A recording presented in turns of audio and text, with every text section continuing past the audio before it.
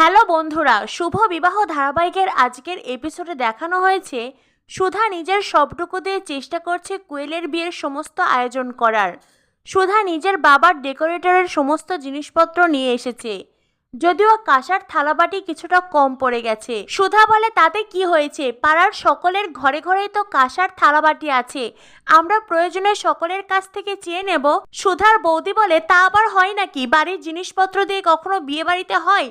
সুধা বলে কেন হবে না, আমাদের কাকা জেঠুরা যখন বিয়ে করেছিল তখন কি তারা কোনো থিম করে আয়োজন করেছিল? করেনি তো। সকলে মিলে যখন যার যেটা আছে তাই দিয়েই আয়োজন করেছে। আর সবচাইতে বড় কথা, আয়োজনটা যেমনই হোক, আতিথেয়তায় যেন কোনো ত্রুটি না হয়। আতিথেয়তা ঠিকঠাক করলে সব কিছুই ভালো হবে।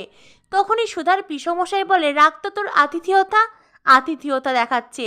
এটা কলকাতারে, এটা কোনো গ্রামগঞ্জ নয়, এখানে এই সমস্ত কিছু চলে না। সুধার ঠাম্মি বলে তাহলে তুমি কি করবে বলো, তুমি কি সুধার ওপর ভরসা করবে নাকি এই বিয়েটাই ভেঙে দেবে?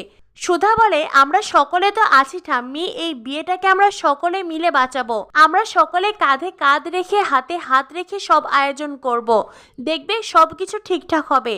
আর তাছাড়া আমরা পাড়ার বিভিন্ন পুজোর সময় রান্নাবান্না করি না, সকলে মিলে হাতে হাতে কাজ করি তো, এখনও সেরকমই করব। এরপরে সুধা তার মা ও জেঠিমণিকে বলে তোমরা যাও রান্না বান্নার ব্যবস্থা করো, বাজার চলে এসেছে।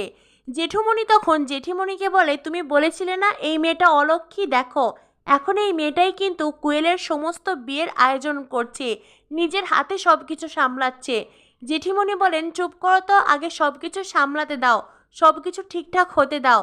এদিকে দেখা যায় বরপক্ষ চলে এসেছে। দুয়েল মনে মনে ভাবতে থাকে শুনেছি কোয়েলের খুব বড়লোক বাড়িতে বিয়ে হচ্ছে, তাদের আত্মীয় স্বজনা নিশ্চয়ই ভীষণ বড়লোক, এই বিয়ে বাড়িতে আমি কাউকে না কাউকে পটাবই। তখনই তেজ তত্ত্ব হাতে গেটে দাঁড়ায়, আর দুয়েল গিয়ে তেজের হাতের তত্ত্ব নিয়ে বলে দিন দিন এইটা আমাকে দিন। এই বলে তেজের হাত ধরে, আর তেজের হাত ধরে বলে আসুন ভিতরে আসুন।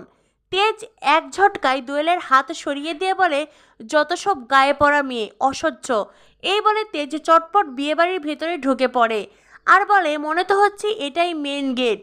এই বলে তেজ এক পা দুপা করে এগিয়ে আসে, আর এদিকে সুধা শুভ বিবাহ লেখা ব্যানার টাঙিয়ে দিচ্ছে। তখনই সুধা নিজের দাদাকে বলে দাদা ওখানে একটা তার আছে, দে তো। এদিকে বর এসেছে দেখে দাদা তো আগেই চলে গেছে। তখন তেজ সেখানে এসে বলে কে কথা বলছে। এরপরে তেজ সুধাকে দেখতে পায়, কিন্তু আড়ালে থাকার কারণে সুধার মুখ দেখতে পায় না। সুধা বলে কখন থেকে তোকে ডাকছি, কিরে দাদা চুপ করে আছিস কেন? বুঝতে পেরেছি পাত্রপক্ষ এসেছে তো, তাই তুই মেয়ে দেখাই ব্যস্ত আছিস, দে তো ওখানে একটা তার পড়ে আছে, তারটা দে। তেজ তখন মনে মনে ভাবতে থাকে কত বড় সাহস, তেজ বসু মল্লিককে তুই তকারি করে কথা বলছে। সুধা বলে আরে দাদা তুই তো এটা একটু ধরতেও পারিস। তেজ তখন বলে এই যে হ্যালো, তখন থেকে দেখছি আপনি একের পর একটা অর্ডার করেই যাচ্ছেন, আপনি চেনেন আমাকে? তেজের কথা শুনে সুধা ধপাস করে পড়ে যায়, আর তেজ সুধাকে ধরে ফেলে।